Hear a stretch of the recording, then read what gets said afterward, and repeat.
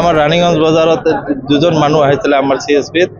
আহি কেনে মোক সুধিছে যে বোলে আপোনাৰ ইয়াতে ফোন পেত পইচা দিয়া যাব নেকি মই ক'লো নাযায় আমাৰ ইয়াতে ফোন পে ইউজ নহয় তাৰপিছত ইহঁতে থিয় হৈ আছিলে তাৰপিছত আমি 4-5 জন মান আছিলোঁ ভিতৰত মোটামুটি 15-20 মিনিট মান ইহঁতে আছিলে তাতে থিয় হৈ আছিলে তাৰপিছত যেতিয়া আমি বাহিৰত ওলাব মানে চাহ খাব যাওঁতে ইহঁতে দুটা পিস্তল ওলাইছে কেইজন আছিল দুজন আছিলে বাইক লৈ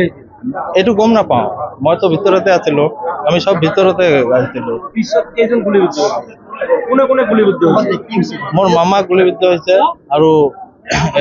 এটা পোষ্ট অফিচৰ কি কালেক্ট কৰে যে পইচা কালেক্ট কৰে ইয়ে হৈছে কেইটাই গুলি লাগিছে মোৰ মামা দুটাইত গুলি লাগিছে আৰু এই ল'ৰাটোৰ এটাইত গুলি লাগিছে ওবায়দুৰ ৰহমান CSP-ৰ স্বত্বাধিকাৰী আৰু এজনৰ নাম ৰতন বৰ্মন এতিয়া ঘটনাস্থলীত কোনে আহিছে পুলিচ আহিছে এইটো চাব পাৰি আছে আপোনালোকে